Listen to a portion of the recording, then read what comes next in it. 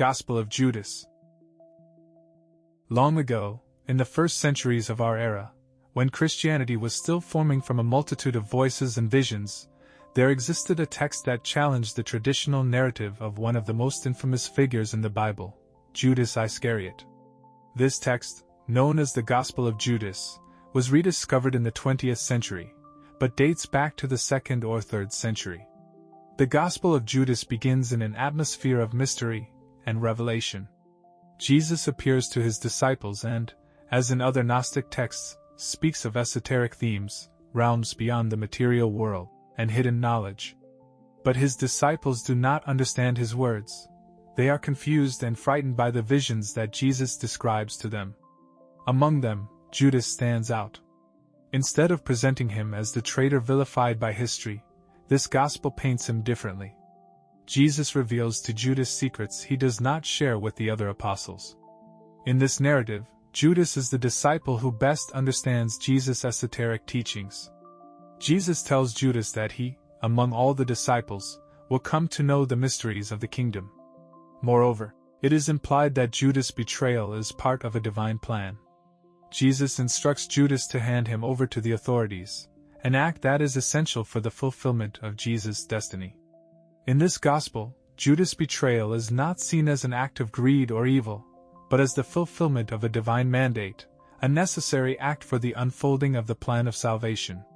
Judas is portrayed as a crucial instrument in Jesus' cosmic mission, not as the archetypical traitor.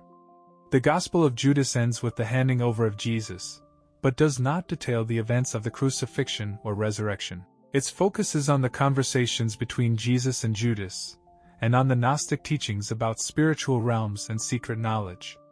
This gospel gives us a unique view of Gnostic beliefs and how they interpreted the figure of Jesus and his message.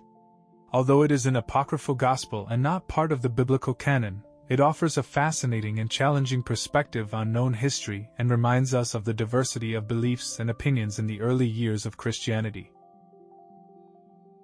Gospel of Mary Magdalene. In the dawn of Christianity, during a time of fervent spiritual search and theological diversity, a text emerged offering a unique perspective on the teachings of Jesus and the role of one of his most enigmatic followers, Mary Magdalene. This text, known as the Gospel of Mary Magdalene, is distinguished by its alternative interpretation and elevating the figure of Mary beyond the traditional roles attributed to her in the canonical Gospels.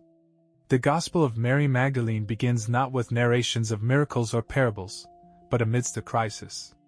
Jesus has ascended, and the disciples find themselves disoriented and fearful. In this moment of uncertainty, Mary Magdalene rises as a figure of strength and wisdom.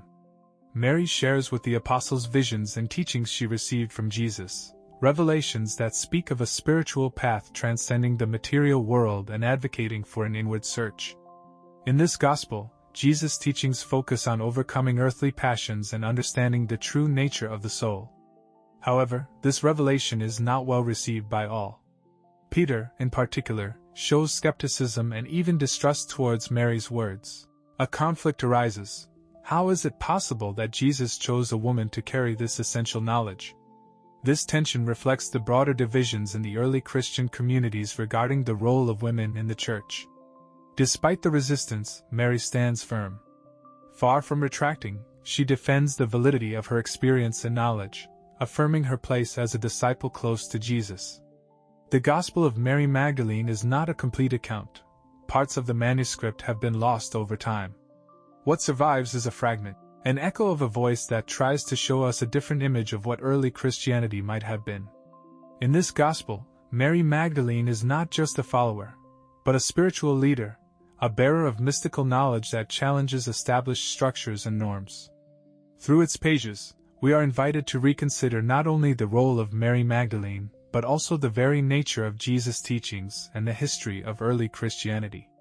Thus, the Gospel of Mary Magdalene becomes a testimony of the diversity and richness of thought in the early centuries of Christianity, a window to a past where alternative voices struggled to be heard amidst the formation of a tradition that would change the world.